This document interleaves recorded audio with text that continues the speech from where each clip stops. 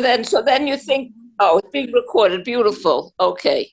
Good. Thank you, David. Thank you very much. It's on my computer, but I'm a paid Skype member, so it's allowing me to do it. Oh, okay. Thank you very much. Okay. Good. So I'm discussing the schedule. So then, oh, maybe she's getting a. So yeah, if you want, the week after Tisha B'Av, I can do it as well. But it depends if you're going on Chofesh or if I'm going on Chofesh. I don't remember if I'm going on Wednesday. So I think I'll be. I personally will be a little bit. I don't know. I can't promise, but maybe if the other ones wanted a week after Tisha B'Av, I don't know who. We'll ask next week. Okay. We'll ask next week. Okay. Yeah. So. Okay. So now we're learning. I'm going on mute. Now we are learning, all of us. You are three, right, here? At this moment, you're three? Or you're more? Bryna is here, Miriam is here, Brenda is here? Yes, that's all. A couple of people wrote to me that they can't come, but they wouldn't mind hearing a recording. So now it's being recorded. Okay. No problem. Okay.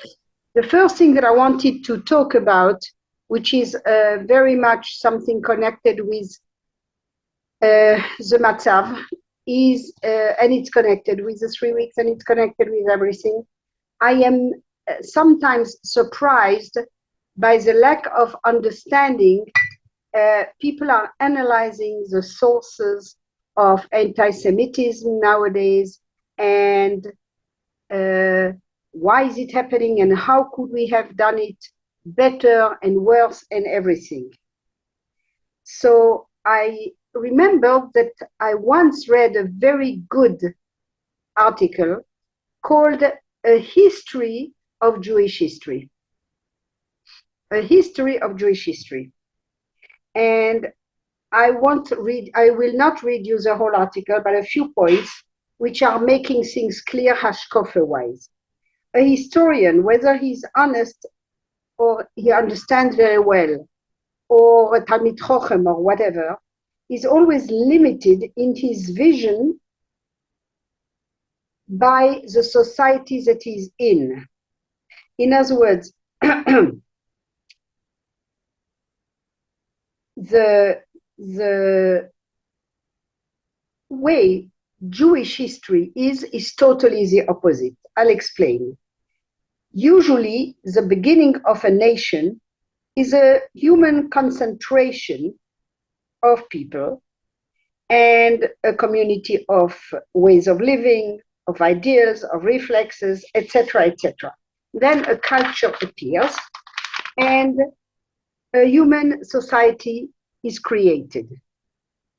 And the events of that society are defining its history. That history is making the people, okay? In the Jewish conception, the Jewish history begins much, much earlier than what we think. It precedes history. It's not that history makes the people, but the Jewish conception is such that the Jewish history, the history of OUisrael, precedes history. And what will help us a lot is understanding the famous Ramban in Lech Lecha that speaks about Maaseh Avot Siman Lebanim. We usually understand the deeds of the fathers are something that happens later to the children. As you know, Avraham Avinu had to go to Egypt because there was a famine, and therefore that's where it is in Lech Lecha, Perek Yud Bet. And then OUisrael will go later on to Egypt, the brothers of Yosef, because of a famine, and from there will happen all what happened. Now, this is the pshat of Maaseh Avot Siman Lebanim. You stop me as soon as you don't understand. I'm trying to say difficult things, which are very important to clarify once. Now, it's much deeper. The Avot And when I say the Avot later on, it says, well, the Rishonim, the Acharonim, but mostly the Avot, they elaborated, they traced, they fixed, they accomplished history till the end of times. What they did is what's going to happen till the end of times. Meaning, through what their avodah was, through their missiones, through all their tests, they will lead the people to have to be metaken what they succeeded and what they didn't succeed. In other words, Avraham Avinu said, Bame eda ki orishena. We know, how will I know that I will inherit the land? And he says this before Kafbet, before Perek Kafbet, which is the Akedah. At the time of the Akedah, 100 times more. Now, even though the answer is, it's not that Avraham Avinu had a real suffix, a real doubt. If we look at Rashi, parenthesis, this is a parenthesis. The parenthesis is that Rashi says, what did the Bame Eda ki orish I know that I will that I will inherit, or that my descendants will inherit? Rashi answers. The answer is, and Hashem told him, B'zchut hakorbanot. And it seems that it has nothing to do with each other. How will I know that I will inherit? Because there are korbanot. What's the answer? It's not that he didn't have faith. It's not that he didn't have emunah. But he had a fear. That's the meaning of the deep Rashi. He had a fear that we won't be on the level. So Hashem tells him, korbanot are an eraser. Korbanot are a tikkun for chatoim.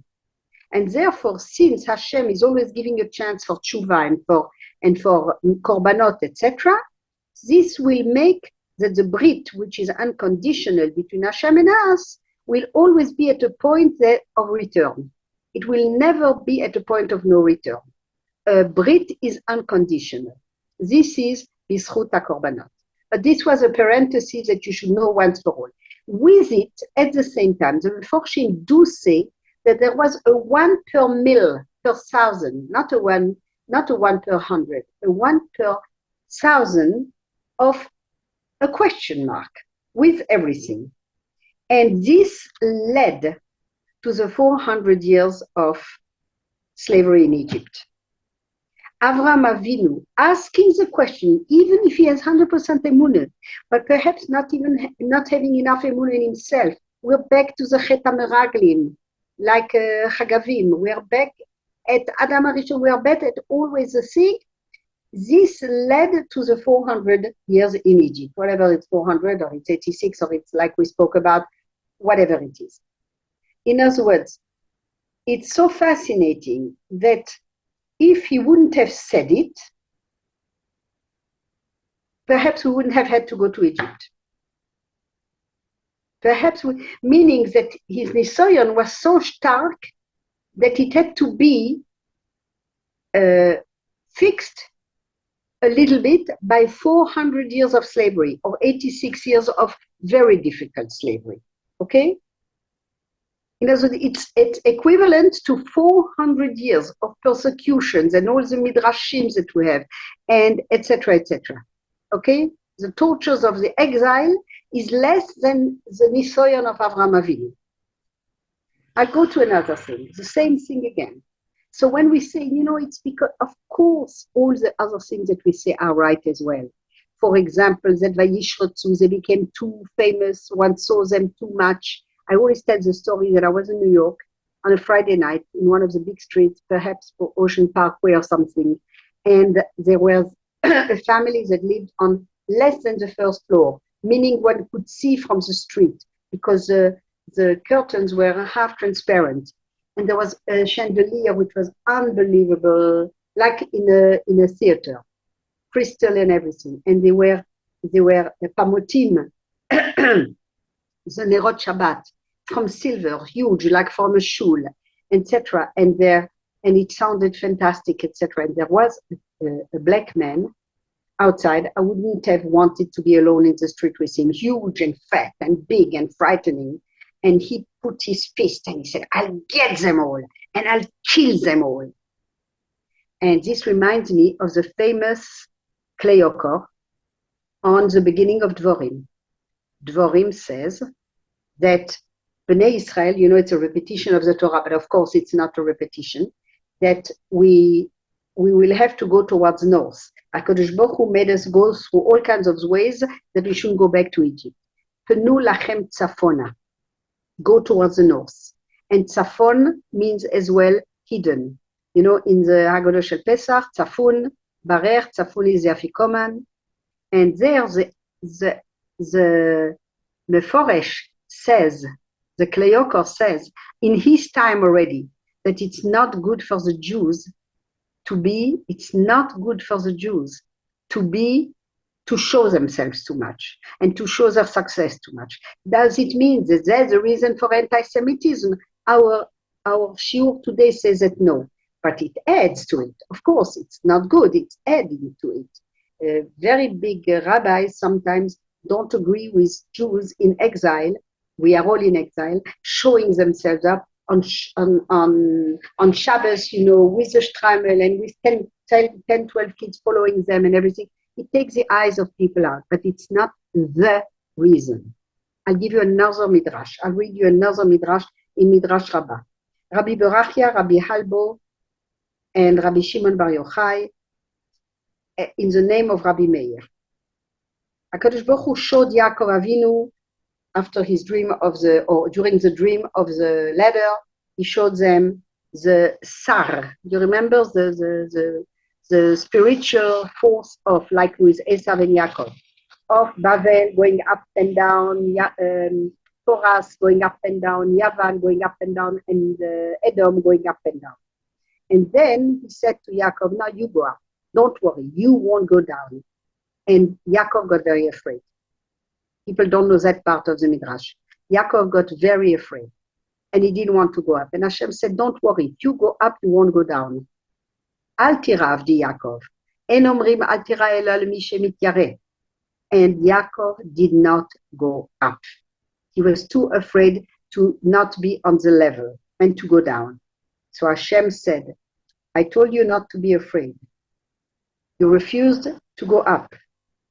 You know what? If you would have believed me, you would not have had to be afraid of anything, and your children would not have had the 4 galuyot. Now, again, there will be other places that will say different reasons, but every midrash has something about it. Elu ve'elu divrei Elokim chayim. In other words, the tests of the Avot were historical tests that they were pioneers of the Hemshech of history. You understand? That's what I'm trying to say. It's fascinating. And in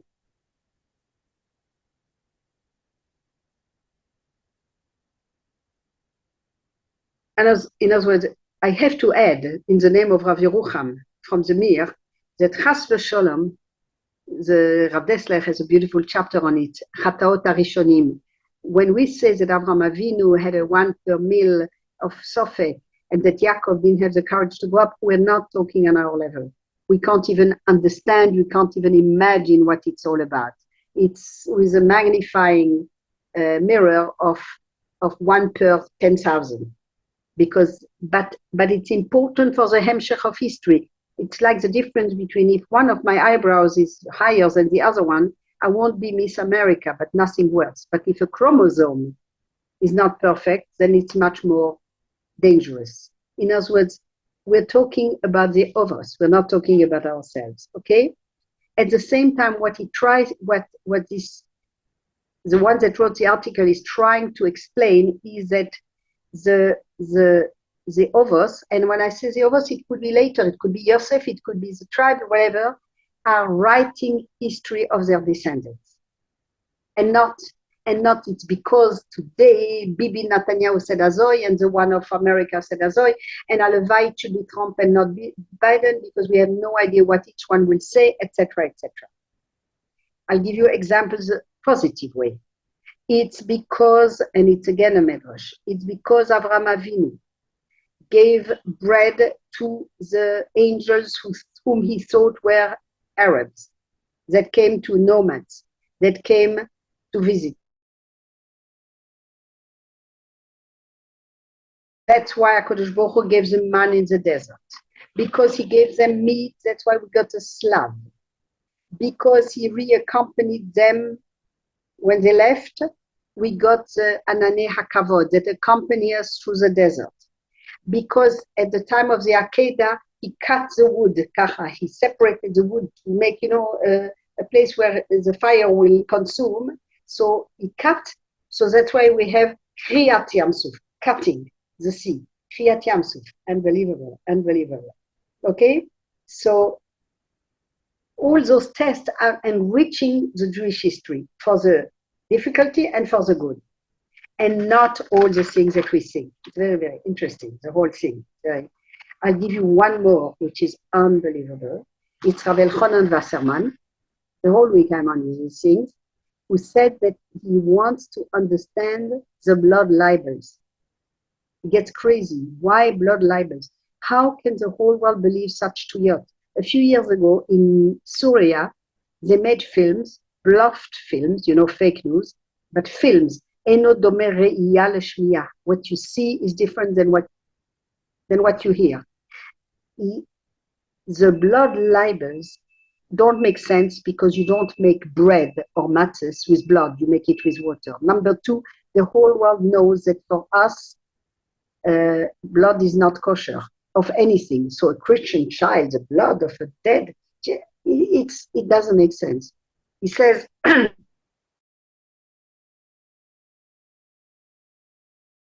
it began from Vayitbelu et hakutonet badam, because the brothers of Yosef dipped the kutonet, the kutonet pasim, the beautiful kutonet which he had gotten from his father, they dipped it in blood. Can you imagine? Now, I couldn't have said it, nobody. And it's only a suggestion, but it's Rav Elchanan Wasserman, who foresaw, who went back to die with his people, etc., who wrote Ikvat Adin Shicha. Okay? So this, in very, very short, because we don't have 5 hours a week, I could elaborate on it much more, is a key to understand that what we think we understand of history, we don't understand. And it's as well a chizuk that things can change from one moment to the next. All the time we see, remember the evening where Iran sent 1 million crazy things and nothing happened. Rabbi Tzadok, by just fasting and doing tshuva, pushed away, one man pushed away the Churban Beit HaMikdash, which was sealed already, by 40 years. Because he fasted for 40 years on and off, etc. Can you imagine? So this is one thing that I wanted. And from there, I want to go to one more point, which is as well something very, very interesting. Can I just ask you something? Yes. Does that mean that, that the Avos or the Tanoim, whatever, whoever you were talking about now, that made our history, that our history could be changed by us even though they made it? Yes, but not totally changed, not cosmologically changed, but it can be changed on a small level very much. Just we are not the others. There's a difference between a crumb of a diamond and a 10-carat diamond. You understand what I'm saying? That's the others. But yes, absolutely. And we see that when there are people that are fixing things, when you conquer yourself, you can do unbelievable things. The power of, what was it? I think it's the Chassam Sofer. Is a Chassam Sofer asking why did he speaks about Moshe and Aaron. Hello, everybody. For those that came later. The Chassam Sofer speaking about Moshe, Aaron, and Miriam did not enter Eretz Israel because they spoke to the rock. And in the case of Miriam, it's a continuation of speaking to the rock, of not speaking but hitting the rock, of speaking about Moshe Rabbeinu a little bit. And he says that they didn't get the message of the power of speech. Look if they would have spoken to the rock, Am Yisrael would have learned from it that speaking is so powerful that it changes a rock into water. Can you imagine? And immediately after, Miriam should have understood that you don't speak about anybody. The power of speech. It can change a rock into water. That was the story of Moshe and Aaron. And I find it fascinating because everything we do has a big, big power in history. Nachon. Okay? Now, what I want to do is,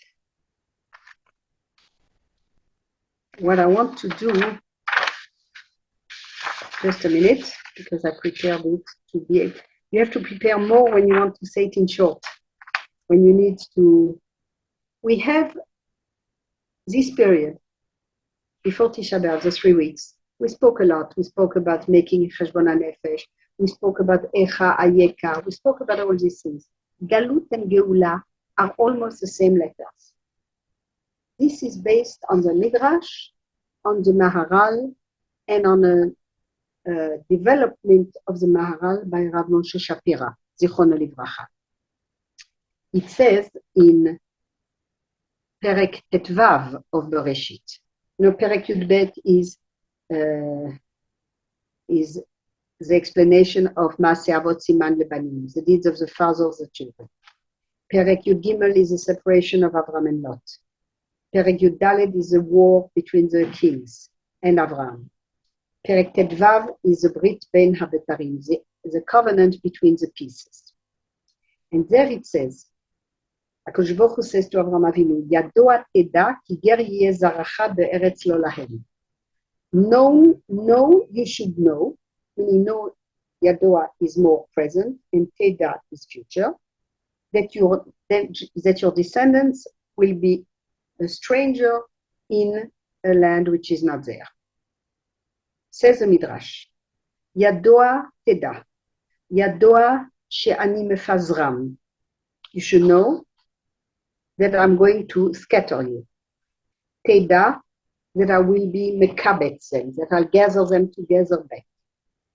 Yadoa shani memashkenam. I'll make them into a mashkon, I'll sell them. Teda shani porakam. Porek all hagoyim alehem, that I will gather them together. Yadoa shani meshabdam. Shibud, eved, that I'll make them slaves. Teda shani goalam, that I will liberate them, that I will save them. The galut is yadoa, and the geula is teda. And what it means, that the galut is an absolute proof that there will be a geula. This is very deep, what I'm trying to say. If you don't understand, after I speak more, you tell me, please. The galut is an absolute hochacha, proof that there will be a salvation, a geula as well. Because galut is not something tiv'i.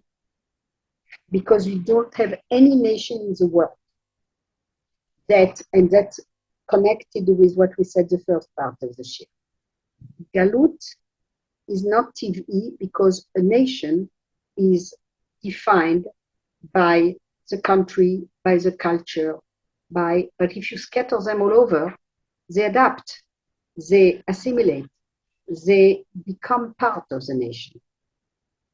And this is what we tried to learn in the third pasuk of the beginning of Echa, when we said, you know, it goes Aleph Bet, Echa Yashva Badad, Bacho Tivke, Galta Yehuda. Yehuda went into the Galut. Yehuda, the 10 tribes already are lost in a certain sense. Either they're assimilated or they're hidden, we don't have them. But Yehuda went into Galut. And the question, which I love, of the Midrash, the other nations don't go to Galut. We have had Sancheriv mixed the nations, but he mixed the nations so much that today we don't have halachot that we are not allowed to ever accept Ammon or Moab, or that any Mitzrayim is a tangent. We don't know who is who, because they adapted, because they assimilated, because they became part of the other nations. So וכי אומות העולם אינם גולים, the nations don't go to גלות. The Armenians didn't have to go to גלות, terrible, terrible suffering. אלא מה? אלא, the nations of the world, their galut is not galut, because they eat their bread and they drink their wine. That's how the Midrash says. We said it. Which means that it's not a problem to partially adapt. The only way not to assimilate and adapt is you have a country, you're all together. All together. The very first galut, Bavel, could produce Talmud Bavli because they were all more or less in the same places. But later on, when we were scattered all around the world, our galut is a real galut. And a real galut does not keep for a long time. Not only Mark Twain said it, but our Meforshim said it as well. Our Meforshim said the biggest ness is that we are still here. We're not part of the people. Okay? Therefore, since we are not in our normal state, TVE, Galut is a gzera. We have a lot of Galuyot, but we have to understand that even though the gzera exists, the gzerot along the years exist, but because it's anti-teva and we have to fall back on the real thing, we will fall back on our feet in a certain sense, and there will be a Geulah. That's the Maharan. By understanding that Galut is me'al la teva,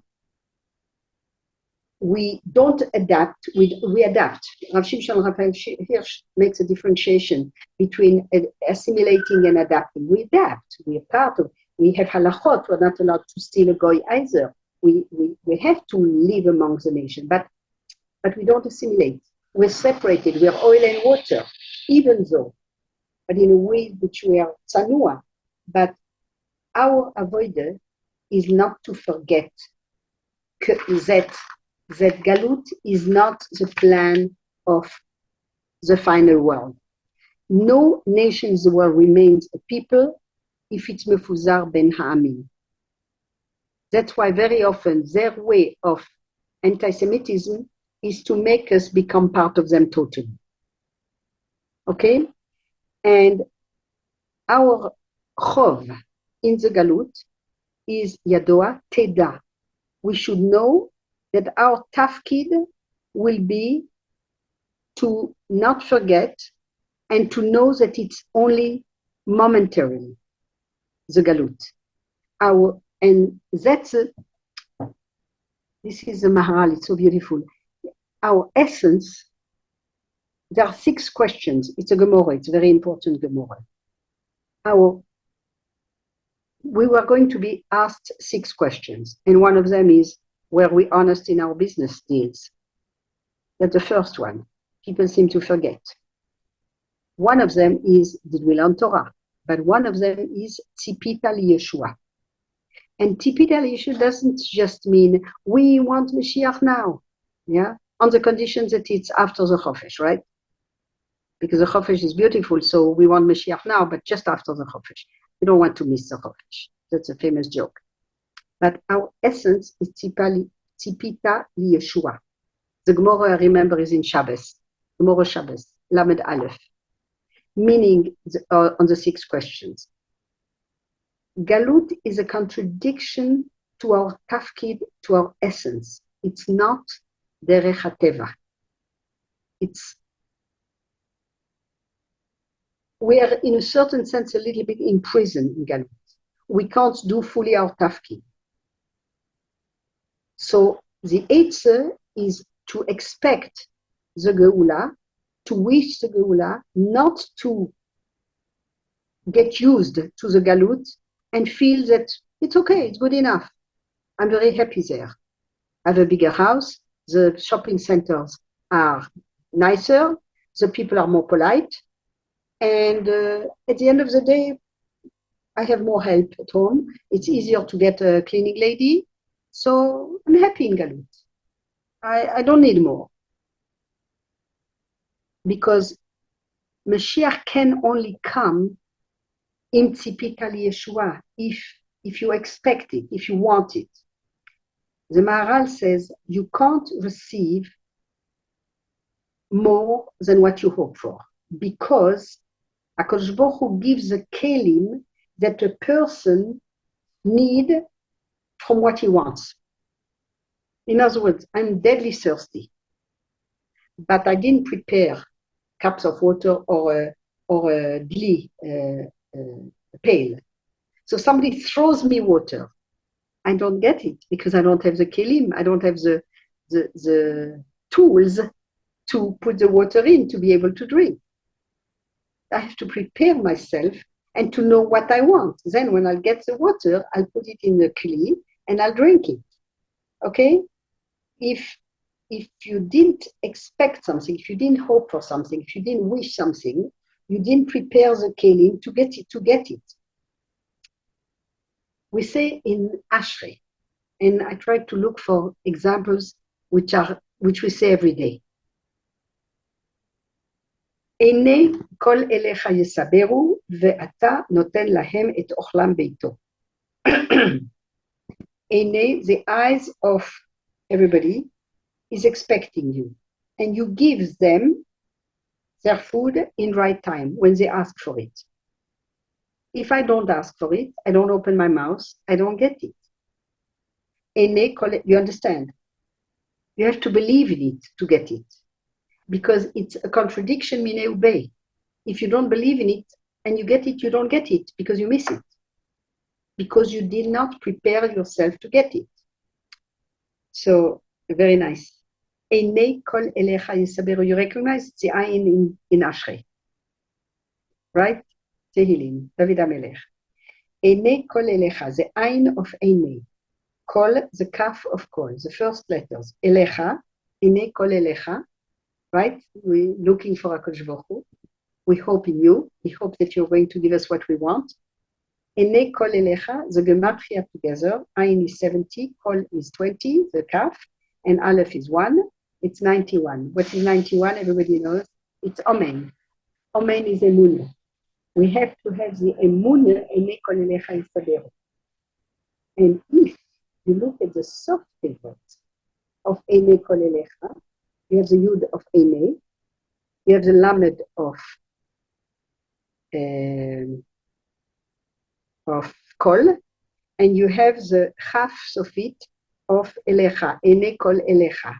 So you have a Kaf, a Lamed, and a Yud. What word does it make? Kli. Only if you believe in what you want and you hope for it, do you get the Kli. The Kli, yeah. The kli is the tool to be able to get it. Why is Sim Shalom at the end in Shmona Esrei? Because the Shalom is a kli that can receive all the brachas. Because if you go to the supermarket and you buy a million things and it's in your agala, but you don't have any bag, and they don't let you take things out, a galot or something, and goodbye, you did the work for nothing. You get it, everybody? Okay? According to the tikva that we have for something, the person gets.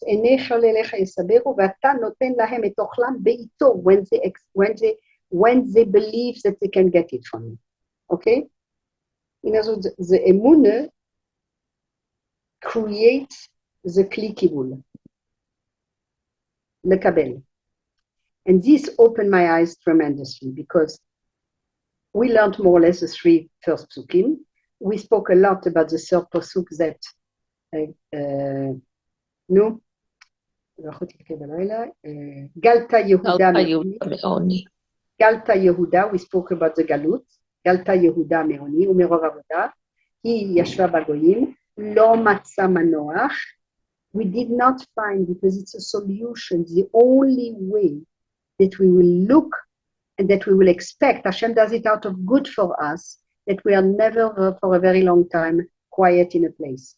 And we saw that now, finally, we have our own country, Israel. Are we secure in Israel? Yes, more, because Al Har Tzion Tieh Pleta, we believe very, very strongly. But are we Is it a quiet place? Are we resting? Are we, it's everything but, right? And this is Israel, right? In other words, Lo Matzah Manoach, the famous mashal of the people that see a fantastic island, and they begin living on it, and when they begin cooking, it's hot, and the island turns over because it's not an island, but it's the back of a whale. We are constantly on the back of a whale. So it's pretty frightening. I think in Israel we feel it when we take a bus. Yesterday I was so happy I thanked the driver for giving me a roller coaster for free. He was crazy. He went so fast with all the bumps, so that one shouldn't go too fast for the kids. He went at a crazy speed. All the people fell on the bus and everything. It was crazy. Okay? So we are on the back of a whale very often, but this is okay. So this is the third pasuk, but the fourth pasuk is absolutely fascinating. The fourth pasuk is Darchei Tzion Avelot, Mibli Ba'e Moed.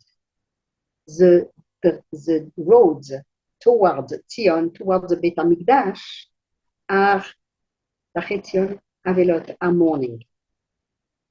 And the Kohanim are sighing, and the girls are sighing because the boys have been taken. You remember we learned in Midrash that the boys were taken into exile, Shvuyim and everything. I mean, we would have never thought 10 years ago that it's so real, right? That it's so, that Pidyon Shvuyim is a mitzvah for today and everything, unbelievable, yeah? And Matir Asurim, suddenly a brocha, which is actual. Matir Asurim. Hashem sent us back the Shvuyim. I mean, unbelievable. Everything goes back, okay? And Darchei Tzion Avelot, ask the Midrash. I'm sure that you heard it already.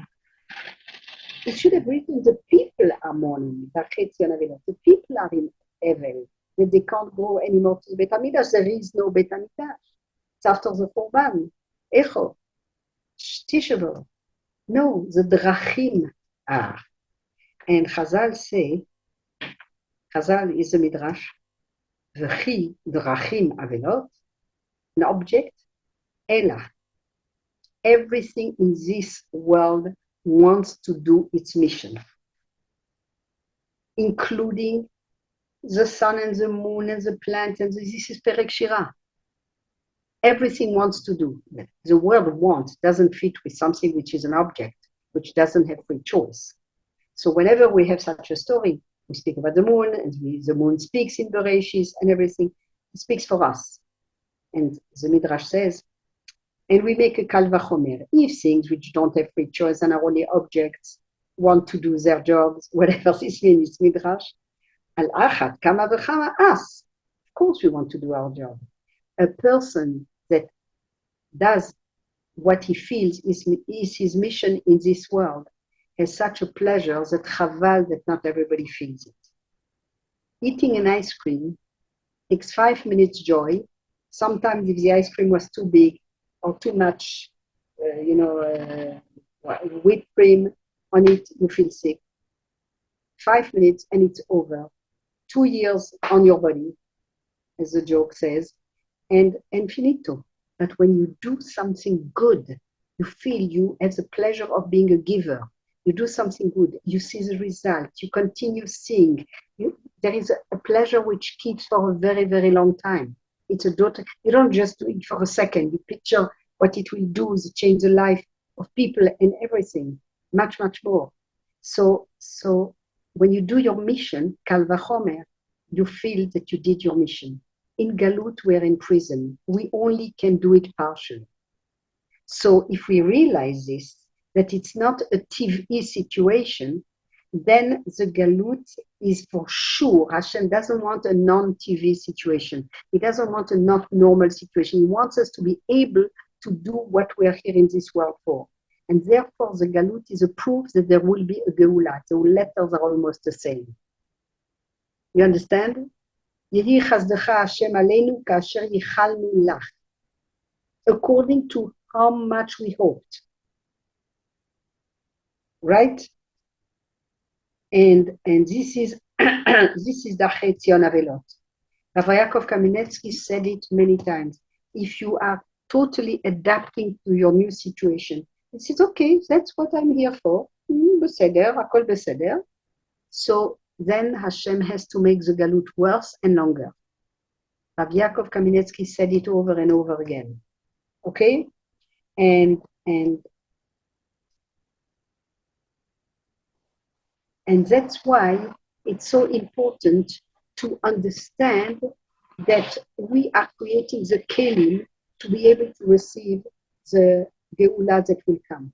This is part of our avodah in those times. It's very positive. It's a way of looking at Tisha B'Av that we really miss something which is difficult because it's something that we never had. We never had. Others had at the time of the Beit HaMikdash. But the world without a Beit HaMikdash, we have to understand, is not the same world.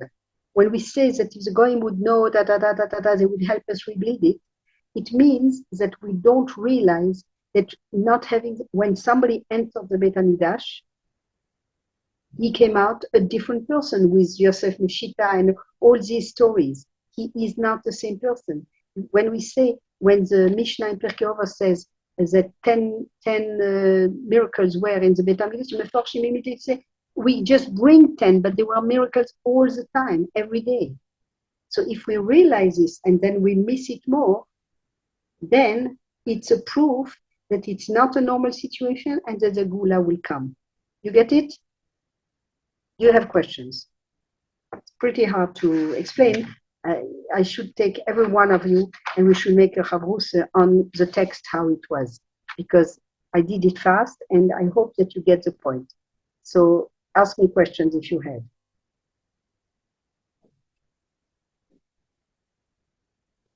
Or not. What are the other questions? You said there are 6 questions? I thought there were only 4. They are different nuschos. I